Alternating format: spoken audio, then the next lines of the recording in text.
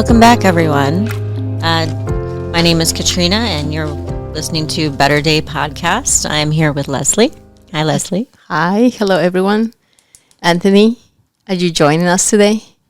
I'll be here in the background, hitting the switches and the boards and stuff. But yeah. Welcome. We're super happy to have you. Thank you. I'm happy to be here. We have an interesting topic today I wanted to talk about. Last podcast, which is our third one, we touched on grieving, which was very close to Anthony's heart. And if you did not listen to that, go back and listen to that one. That is number 3. Yes. Thank you, everyone that had the chance to listen to it and download it and following us. Yeah, we really appreciate it. So talking about grieving made me think about my wonderful animals. I have these 2 animals that Leslie got to meet over this week, and she just fell in love at least with one of them. He's so chunky. He's adorable. So I really wanted to touch base on the healing power of animals, some benefits of, emotional support, medical alert, just having an animal in general, because not everyone is knowledgeable about the benefits of having an animal and an ESA and a medical alert and the crisis and really the support that they can provide. And also purpose. I mean, if we're talking about like maybe our seniors that sometimes they are lonely, having a plant or an animal become a purpose of life. They have to take care of it. I mean, all their life they took care of their families, their kids, and now the kids sometimes, are gone or away. And having an animal, it gives them a sense of, family, having someone to take care of. Purpose in life. Yeah, absolutely. You're right. I've lived alone for a very long time, and I have 2 dogs, 2 turtles. I saw you turtles. But the point is that I take care of those. It gives me a sense of purpose, a sense of belonging. And doesn't it make you happy, like when you're, coming back, like today, for instance, it's been such a long day, and I'm going to go home, and guess who's going to be waiting for me? Your animals. Shaking that tail feather.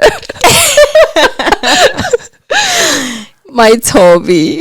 Is that his name, Toby? Yeah, Toby. He's 15 years old, and he's only 18 pounds, but he's such a restless little rascal. He's so energetic. He thinks he's like 2 years old.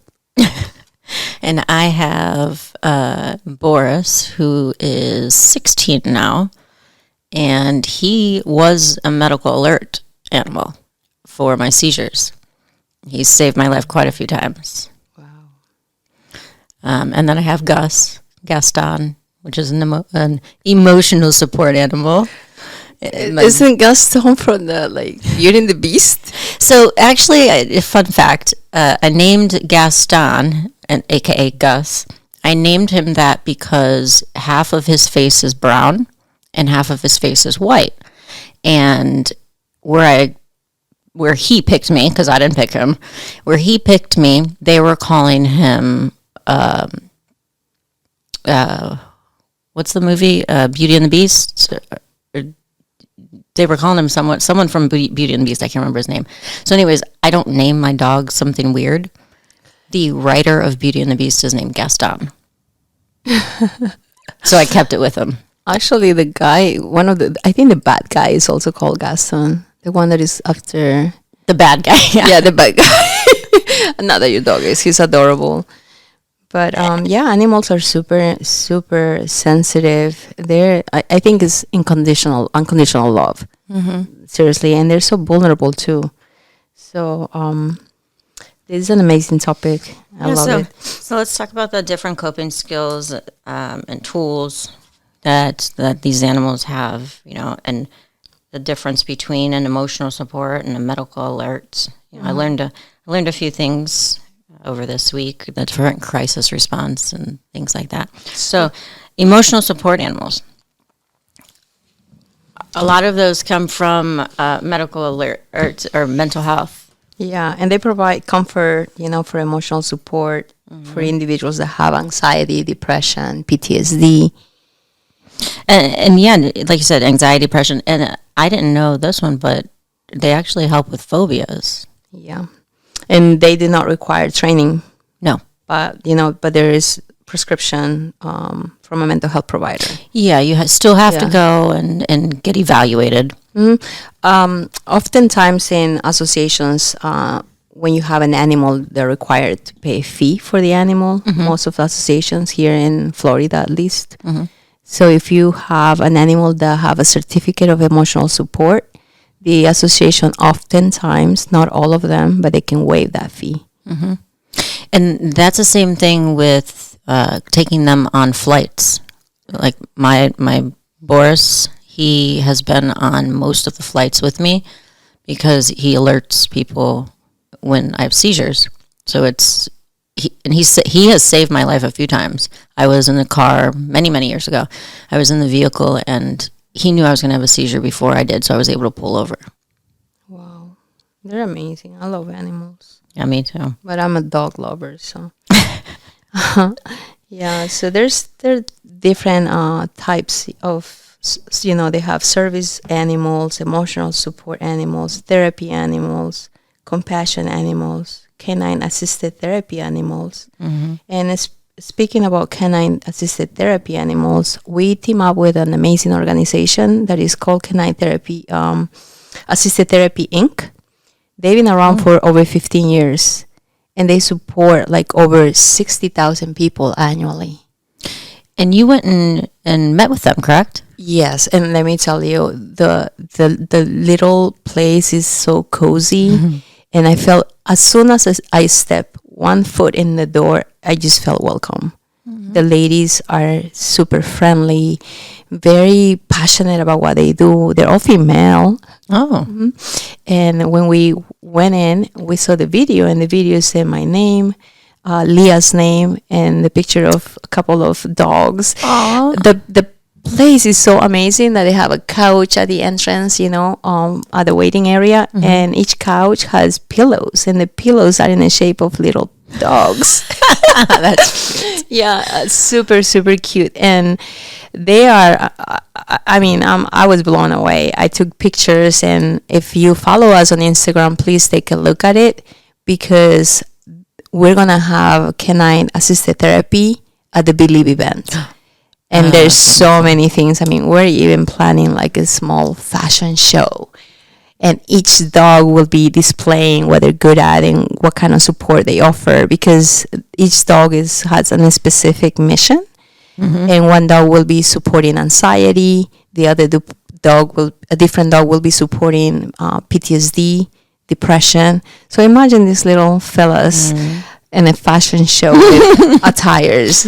I can't wait for that to happen. And that's going to be adorable. And that is on October 19th. Yeah, October 19th. We're going to have workshops from 5 to 7. The reception and happy hour starts at 7. And from 7 till 10:30, we're going to have so many things happening all at once. It's a fusion, gala and carnival and just a community coming together. We have canine therapy, assisted therapy. You're putting together workshops with holistic. Yeah, absolutely. And that's going to be adorable. And we're going to have a great time with that. And we're going to have a dog greeter. A dog greeter? Yeah. That makes me... I didn't say a dog greeter. I said dog. D-O-G. Yeah. Dog greeter. Yeah. Oh, that's good. That's great. That makes me think of like the physical support that dogs can help with. They help with disabilities. Did you know that there are dogs that can open doors? Yes. Turn off lights? Yes. Open doors, turn off lights. You can train them to go get your food. You can train them to go get your medication. I believe it. They're smart. Very. Very smart. With the right training and loving and care, I think they're capable to do a lot of things that we don't even know what they're capable until, they're ready. Having the dogs at the event is, for me, that would benefit me if I was a stranger coming to that event, because I'm not a very sociable person. And don't look at me like that. I'm not a very sociable person, especially with strangers. But dogs, they have that social support to make you. They force you to engage with other people. Remember, at the event on the 19th, October 19th, we're going to have people that are sponsored and people that suffer from anxiety, depression, PTSD that are going to be welcome to mingle with, everybody over there. But they will have options where they want to hang out. If they want to be in the garden, if they want to be with a holistic approach and the workshops, or if they want to be with a party, so they can have options. And I think a lot of people are gonna, people that have those emotional challenges are gonna love it to hang out with our fashionistas. Yeah, we're gonna have it's a variety. Yeah, I like that we're gonna have a big variety. Speaking about dogs, I mean, I love to promote people to adopt rather than buying dogs, because the same as human beings, there's a lot of people that don't have a home. Right. And sometimes couples buy dogs, and then once they have a baby, usually what happens is that they end up getting rid of the dog and they end up in a shelter. And sometimes shelters are overpopulated in what they do with the dogs when, it's the time for them. It's sad. So I encourage people to adopt. My dog is adopted. And he has my last name. Mine do too. I love it when I see his certificates. I'm like, oh, he's so cute. and there are agencies and bigger ones, smaller ones that you can adopt from. I've adopted from Peggy Adams. I did that a long time ago, and again, it wasn't something. The dog picked me. I didn't pick him. He was a blind dog that kept running into the wall, and because I used to do service work at Peggy Adams. So you adopted a I blind sure dog? did. And then it gets better. Okay, I know it gets better because I was just thinking about the other one. It gets better. So I adopted this dog kept running into the wall when I was going around feeding them. And I asked someone, I said, why is this little chihuahua running into the wall? And they said, well, he's blind. So then I looked at him and I said, well, why is his food above his head then? He can't get in the bed or eat.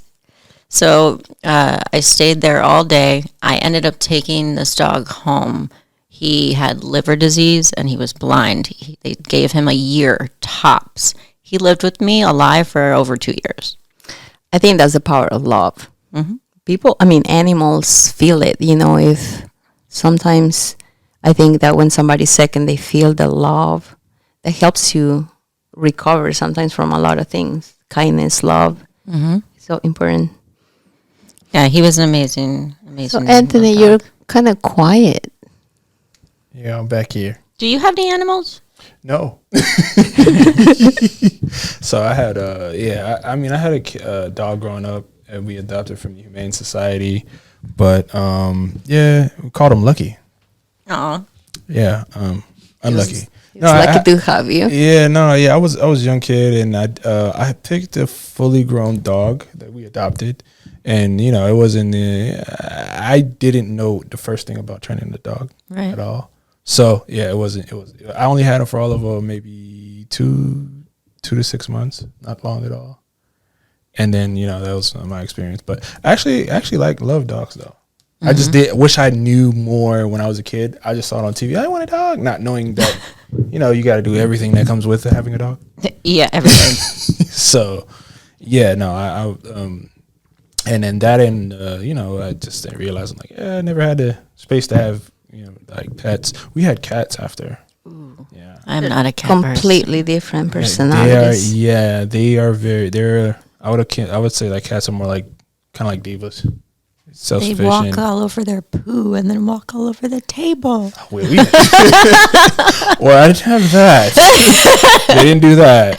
But, thank goodness. Yeah, no. Yeah, but now we had cats. I mean, it would break stuff too from time to time. So yeah. Cats tend to walk on tables and push things off. Yeah, they're daring.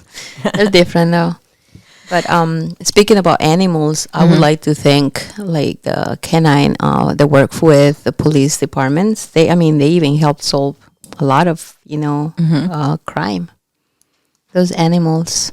And there are animals you made me think of my sober living. There are canines and there's a company that will come in and like drug dogs. They come in and sniff out if there's anything there and make sure that everyone is safe.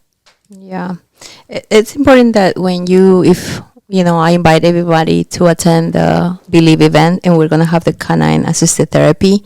They will be able to share with you the type of service dogs that they have, how you can even volunteer with them. They go to hospitals, they go to recovery centers. They do so many things. It's just I would love to extend an invitation to the ladies at Canine Assisted Therapy so they can share with us everything that they do. But that's an amazing organization. I really love their energy and their passion to help. Yeah, and those emotional support animals, the ESA animals, they can, a lot of them go around to jobs. And like I was telling you, my medical alert animal went on the plane and things with me to make sure I didn't have seizures. But the ESAs, they can go to your job, schools. They should be allowed in hospitals, which is actually a big... For little kids. And little kids love dogs. And also, speaking about dogs and animals and therapy, it's also very important to create awareness about how sometimes people that are not really welcome around kids use animals to try to kidnap kids. Oh. They utilize because they love the love that kids have with animals, so they even utilize for that. But that's a different topic. Yeah. But yeah, animals are super, super essential. I mean, I talk to my dog. He's my therapist. He's my everything. He's been with me through my lowest to the highest. And I would just wish that he could live a lot longer. He's been with me. I mean, I adopted him when he was 3. Now he's 15. So, and I wish he lives. I wish, I'm praying to God every day that he is healthy and he stays with me for a very long time. Well, he may. I mean, I hope so. I'm trying. Where'd you get him from? Humane Society. Oh. Is that Humane Society of Broward County? Yes. No, I was at an event for City of Tamarack it was called Forever Friends. It was they had an event at Dog Park put on by the City of Tamarack, and their tent. I was trying to figure out what was going on because there was everybody there with their dogs and whatnot, and there was a long line. I'm like, what's this line for? And it was the Humane Society of Broward County. Yeah. Yeah. So. He was so. I mean, if you looked at the dog, you wouldn't. But I went for his personality. You would or would not? Because he didn't look that good when I adopted him. Oh, that's good. Oh my goodness, that's good to do for personality. Okay. Yeah, he has an amazing personality, and he got better with age. He looks so nice now. He's cute. Oh, that's because he had mommy taking care of him. Of course, and I think that's what it was too. He was like, his hair was long. He was like, he was not good looking. And then you had a doggy glow up. Yeah. You guys see? I think it's a dog pool. Dog pool for the Deadpool movie where it's like the ugliest. I think it was like the ugliest dog in the world, like title or something like that. Really? But yeah, it was. Yeah, so they had dog pool. It's yeah, it's just funny. Do you think because I was reading, I can't remember where I read this, but you just made me think because our last topic was grieving. Do you think animals grieve? Yeah, of course, most definitely. I mean, look at it. I mean, when it's like what is that, Veterans Day? Sometimes you see the dogs waiting or at the grave of the soldier that is gone, or when the dog waits for the soldier to come home. It's just like, wow, they know, they grieve, they miss people. Yeah, and I've had personal experience with that, with grieving and losing someone and having my animals there. You change your pattern, especially somebody like me who's very structured, very every day it's almost the same pattern. You change your pattern, they notice. Big time. But I think they also pick up on your emotions as well. Your energy. I know dogs are good with that because they pick up on cues from their owner. body language and everything like that. So when you're grieving, I'm pretty sure they know. They're aware. It's been said that they also feel when you're sick. That's why they comfort you. Yes. They comfort you. They know when you're not feeling well, and they become like attached to you. You guys are convincing me to get it out. Get a dog. But they're a big responsibility, though. You have to be very responsible to have a dog because he has feelings. He's sensitive. He can get sick, and this is expensive too to go to the vet. So if anybody, they're amazing. They're beautiful. They're caring, loving, but if you cannot really take care of a dog, don't get one. Yeah. I think, most definitely.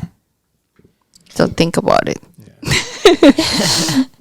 And there's other animals too. If you weren't, there's a little fun fact.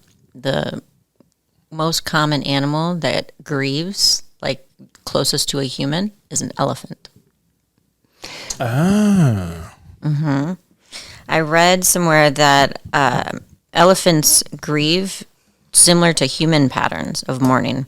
Wow. I remember that I said something with the tusks of the elephant tries to save the person that they're close to, and then when they're buried, they tend to put their head in the dirt where the person is buried.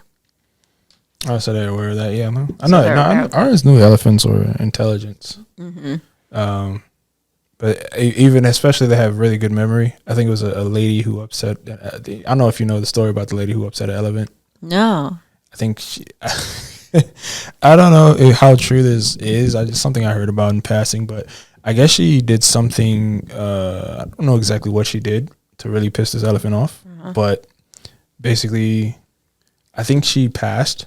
And then it came to her funeral and stampeded to her funeral. Really? Yeah, I don't know how true that is, but but I've heard about it. But that's supposed to tell you how they have memory and they don't forget. Wow. Yeah, and that's a little off topic, but we're supposed to be talking about healing. Yeah. Well, I just thought that was interesting because I personally wouldn't have thought an elephant would have been the number one closest animal to a human that would grieve. I thought it would have been a dog. Wow. I thought, yeah. Oh, I could see that. I would have thought it was a dog too. Would have been a dog too. Yeah, because like Leslie, like you were saying, dogs that stand on, like on Veterans Day, I've known dogs to stand by the like the headstone. And things. They even cry. They cry. I did read somewhere too that elephants actually cry. Oh.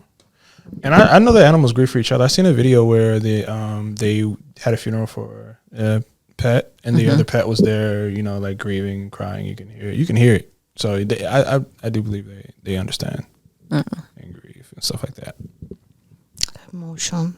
They have emotions. They do. Mm-hmm. Yeah. But to step back here, to have an emotional support animal, you do need to see a psychiatrist. Yeah, I mean, who better? They will be able to give you a certificate. Mm-hmm. So it's something you would have to get so you'd have to have an evaluation. You do. In order for you have emotional support or service dogs. Yes. Mm-hmm. And then the medical alert, you actually have to have training, a service dog. Oh, okay.